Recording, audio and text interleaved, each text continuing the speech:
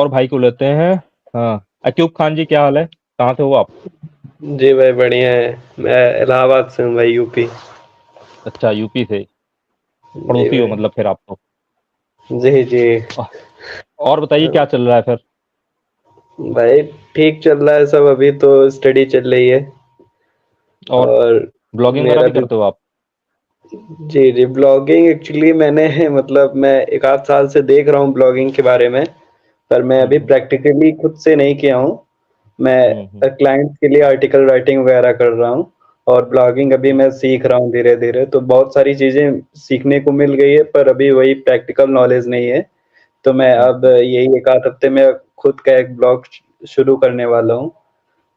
तो तो वही। अभी तो मैं आपको यही सजेस्ट करूंगा ना, जो चीजें आप कर रहे हो ना, जैसे आपको कहीं से आर्टिकल राइटिंग लिखने के लिए मिल रहा है या कोई हो मतलब कि ब्लॉगर वगैरह जो ब्लॉगिंग में काम कर रहे हो, आप उसी के साथ अगर लगे रहोगे तो आपको बेहतरीन नॉलेज मिलेगी। आप ऑब्जर्व करो कि बंदा कैसे आर्टिकल दे रहा है, किस तरीके से चीजें कर रहा है ना।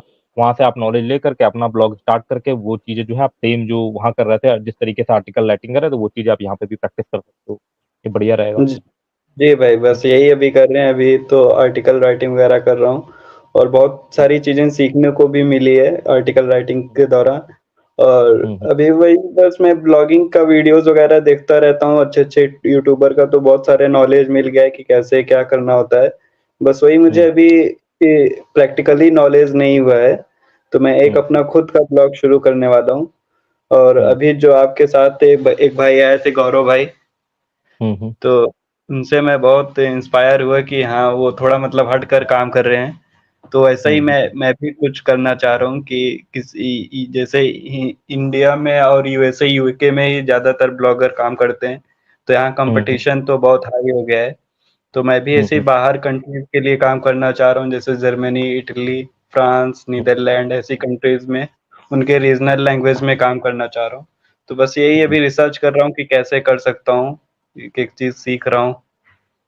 गौरव जी को लेकर एक काफी ज्यादा रिक्वेस्ट आ रही है ना, तो गौरव जी से जो है वो हम संपर्क बैठा लेंगे। हमारे साथ फेसबुक में जुड़े हुए हैं, तो उनसे बात करेंगे कि थोड़ा सा जो जैसे कि लास्ट में उन्होंने बोला भी था कि मैं बहुत कुछ और भी चीजें जो है वो बताना चाहता हूँ, कुछ प्रैक्टिकल लेवल पे जो है वो कुछ रिजल्ट वगैरह भी शेयर करना चाहता हूँ। तो मेरी कोशिश रहेगी उनसे कनेक्ट करके जो है वो एक ऑफलाइन वीडियो वगैरह जो है एक बनाया जाए, और जितना हो सके इंटरनेशनल ब्लॉगिंग को लेकर के, फॉरेन एसईओ जिसको हम बोलते हैं ना, उसको लेकर के थोड़ा सा और जो है ना चीजें बात करिए, ताकि जो नए नए लोग ब्लॉगिंग में आ रहे हैं ना, वो थोड़ा इधर साइड पे भी सोच पाए कि यार ये भी कुछ चीज होती है। ठीक है ना? और मेरा उद्देश्य ये रहता है कि मैं आपको बिल्कुल यहाँ पे हम टॉपिक के बारे में ना डिस्कस करें कि आप जा करके फलाने टॉपिक पे काम कर लो। आप चीजें सीखोगे तो आप नए नए टॉपिक खोज पाओगे, और नए नए टॉपिक खोज पाओगे तो फिर काम करोगे, तो जाहिर सी बात है वो फिर आपके लिए यूनिक रोल प्ले करेंगे।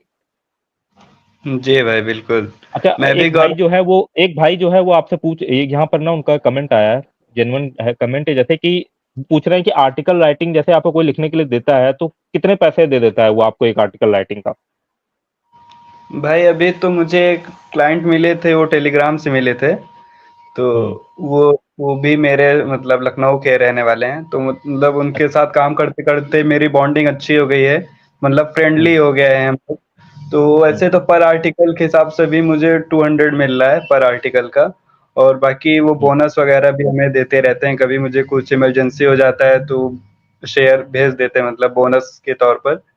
तो उनके हम्म। साथ मेरी बॉन्डिंग अच्छी हो गई, तो भाई ऐसे ही चल रहा है। अगर मेरा कभी फीस वगैरह का कुछ इशू होता है या घर में कुछ काम होता है, तो वो एक्स्ट्रा दे देते हैं। जी चलिए अक्यूब जी, काफी बढ़िया लगा, और आशा करता हूँ कि आप जो भी भाई हैं जो जिनके साथ आप जुड़े हुए हो ना, उनसे और गाइडेंस लेते रहो। और आपने बहुत सही चीज बोली कि यार मेरे को थोड़ा सा हटके काम करना है, मेरे को वो नहीं करना है कि जैसा लोग सारा कर रहे हैं ना। और वो सोच अगर आप हट करके बनाओगे ना, तो ऑटोमेटिकली जो है वो आपको रिजल्ट मिलेंगे। ठीक है ना? हट जी भाई करके अगर काम बस। करेंगे, आउट ऑफ द बॉक्स काम करेंगे, थोड़ा सा डिफरेंट तरीके से अपनी सोच रखेंगे, भीड़ से हट करके सोच रखेंगे, तो हमारे जो है वो चांसेस वगैरह जो है वो बढ़ जाएगा। ठीक है? जी भाई, तो एक चीज भाई चलिए पूछनी अक्यूब। है हाँ। बताइए। कि भाई जैसे मैं ऐसी कंट्रीज के लिए काम करना चाह रहा हूँ, तो एक बिगनर को मतलब क्या क्या ध्यान में रखना चाहिए, वो कैसे शुरू कर सकता है, इस ऐसी कंट्रीज को टारगेट करके काम कैसे कर सकता है, क्या क्या स्ट्रेटजी होनी चाहिए, क्या ध्यान में रखना चाहिए? इसके लिए बेस्ट वही मैंने बताया ना, इसके बेस्ट रहेगा कि देखो गौरव जी को हम लेकर के आएंगे ना, वो उस चीज के एक्सपर्ट है। मैंने काम करा हुआ है यूएस यूके कनाडा में, मैं तो थोड़ा सा कंपटीशन वाली चीजों में ही काम करा है, क्योंकि मैं काफी टाइम से काम कर रहा हूँ, मेरे डोमेन की अथॉरिटी वगैरह भी बिल्ड हो गई थी, तो मैं उसका बेनिफिट वहां पर जो है वो लेकर के चीजें करता हूँ। जी अब जी। इस पे मैंने एक मैंने काम करा था मैक्सिको के लिए, उस पे मुझे अभी भी रिजल्ट मिल रहा है। तो उसमें स्ट्रैटेजी ज्यादा कुछ नहीं रहती, आपको सिंपल सा जो है ना उस कंट्री के लिए जो है, जैसे कि है कि वीपीएन वगैरह का यूज करना है। वीपीएन अगर आप नहीं भी यूज करना चाहते, कोई कंपलसरी नहीं है कि वीपीएन यूज करो, जैसे सबका पास सबका अपना अपना तरीका है, ठीक है। जो भी हमारे साथ भाई जुड़े थे वो वीपीएन यूज करते थे। नहीं तो गूगल का ना जो सेटिंग के अंदर ऑप्शन आता है ना, उसके अंदर आप रीजन वीजन वगैरह चेंज करके आप एक दूसरा जीमेल आईडी बना लो, उसमें रीजन वीजन वगैरह आप चेंज कर दोगे, उसके बाद आप उसी लैंग्वेज में जिस भी कंट्री को, जैसे मैक्सिकन को फोकस कर रहा हूँ तो उसी लैंग्वेज में जो है वो आपको गूगल ट्रांसलेटर का यूज करके कीवर्ड रिसर्च करना है, ठीक है। अब जो अदर अदर लैंग्वेज में जो जब आप कीवर्ड रिसर्च करोगे तो सेमरट या इस तरीके के जो टूल लगा है वो पता नहीं कितना अच्छा रिजल्ट देते हैं या नहीं देते। मैं तो गूगल ट्रेंड का यूज कर लेता हूँ, वहां से मुझे जो है एक आइडिया मिल जाता है। मैंने कोई भी हुँ, कीवर्ड रिसर्च टूल का मैं इतना यूज नहीं करता, क्योंकि मेरा काम कंटेंट राइटिंग से रिलेटेड जो है ज्यादा होता नहीं है। जी। तो मैं क्या करता हूँ ना, गूगल ट्रांसलेटर पे जाता हूँ, कीवर्ड वगैरह जो है समझे, ट्रेंड्स वगैरह पे देखे समझे, और उसके हिसाब से जाकर के मैंने ट्रेंड वगैरह में डाला, देखा भाई कौन कौन सी वेबसाइट आ रही है मैक्सिकन में, कौन कौन सी वेबसाइट आ रही, उनको थोड़ा सा रियलाइज करा। जब मैं उनका डिजाइन देखता हूँ ना, कई बार वेबसाइट को खोलते ही पता लग जाता है यार कि ये वेबसाइट देखो मतलब किस तरीके से बनी नहीं। कई बार वेबसाइट में, फॉरेन वेबसाइटों में खासकर जो है मैं ये बहुत देखने को मिलता है कि वेबसाइट बहुत छोटी सी वेबसाइट बनी होगी, कॉस्ट में सिंपल सा एक टूल बना हो, नीचे कंटेंट नहीं लिखा होगा। तो अगर एक ब्लॉगर या एक एसईओ वाला बंदा उसको चाहे तो बहुत इजी तरीके से बीट कर सकता है। ये थोड़ा सा एक्सपीरियंस से आपको आइडिया मिल जाएगा, तो बस यही करना होता है। तब आपको सिर्फ कंपटीशन रिसर्च करना होता है, कीवर्ड पकड़ो इंग्लिश हिंदी का ही, उसको ट्रांसलेट मारो। इंग्लिश हिंदी का मतलब ये नहीं कि यहाँ से वॉल्यूम आना चाहिए, एक कीवर्ड पकड़ो, क्योंकि हमें तो वहाँ की लैंग्वेज आती ही नहीं, उसको गूगल ट्रांसलेट से उस कीवर्ड को जो है वो ट्रांसलेट करो, ट्रेंड का सहारा लो। और जो आपके पास अगर टूल वगैरह है, ये एएचआरएफ वगैरह, वहां पर वो जो अदर लैंग्वेज का मैक्सिकन का आपने वो जो है कीवर्ड डाला, उसके बाद जाकर के आप उसको गूगल में टाइप करो। उसके बाद देखो कैसी वेबसाइट आ रही है, उन वेबसाइटों को एनालाइज करो। वेबसाइट को देखते ही आपको आइडिया लग जाएगा कि यार हाँ इस पे मैं काम कर सकता हूँ। बस उस पे सिंपल सा है जो है वो काम कर दो। और दूसरा, अगर माइक्रो नीश पे काम कर रहे हो तो उसी कंट्री का अगर एक्सटेंशन मिल जाए, जैसे कि मैक्सिमम के लिए डॉट एमएक्स वगैरह चलता है, वो मिल जाए तो बहुत बढ़िया रहेगा, ठीक है। उसकी और ज्यादा प्योरिटी बन जाती है। और माइक्रो नीश में हमें ज्यादा से ज्यादा फोकस करना चाहिए कि उसी जो भी हम माइक्रो नीश ले रहे हैं उसका वर्ड हमारे डोमेन पे आ जाए। जिस कंट्री को फोकस कर रहे हैं एक्सटेंशन उसी कंट्री को टारगेट करे, तो हमें थोड़ा सा जो है वो एक एक कह सकते हो काइंड ऑफ प्योरिटी मिल जाती है। बस यही सब सारी चीजें रहती है। और फिर बात करेंगे गौरव जी से और वो क्या क्या स्ट्रेटजी लगाते हैं। मैं तो बहुत भाई ज्यादा इंडेक्स में तो नहीं। बताइए। एक बिगिनर को भाई माइक्रो निश पर ही काम करना चाहिए ना, मतलब अभी हाँ, तो एक बिगिनर को कंपटीशन। माइक्रो निश, मतलब माइक्रो निश से दो तीन चीजें होगी। अगर आप कोई मल्टी निश पे काम कर लोगे, ठीक है ना, आप बिगिनर हो, तो आपको पहली बात तो रिसर्च करने में बहुत तकलीफ होगी, आप इधर उधर से कंटेंट कॉपी करोगे, क्योंकि भाई आपको ज्यादा से ज्यादा कंटेंट डालना होगा। मल्टी निश मतलब जितनी कैटेगरी बनाओगे, ये पे भी कंटेंट डाल दो, उस पे भी कंटेंट डाल दो, आप जो है वो बहुत ज्यादा भ्रमित हो जाओगे। माइक्रो निश में आप एक कैटेगरी पकड़ोगे, एक चीज पकड़ोगे, आप रिसर्च करना सीखोगे, सबसे इंपॉर्टेंट चीज, क्योंकि माइक्रो निश जो होता है वो रिसर्च का ही गेम है। और प्लस माइक्रो निश में रिसर्च करना अगर आप सीख गए तो आपके चांसेस बहुत ज्यादा बढ़ जाएंगे, क्योंकि आप एक मेन चीज सीख गए जो बहुत ज्यादा जरूरी होती है, वो होता है किस कीवर्ड पर हमें काम करना है, कंपटीशन कैसे एनालाइज करना है। वो सारी चीजें आप सीख गए तो बस फिर आपकी जर्नी जो है वो स्टार्ट हो जाएगी।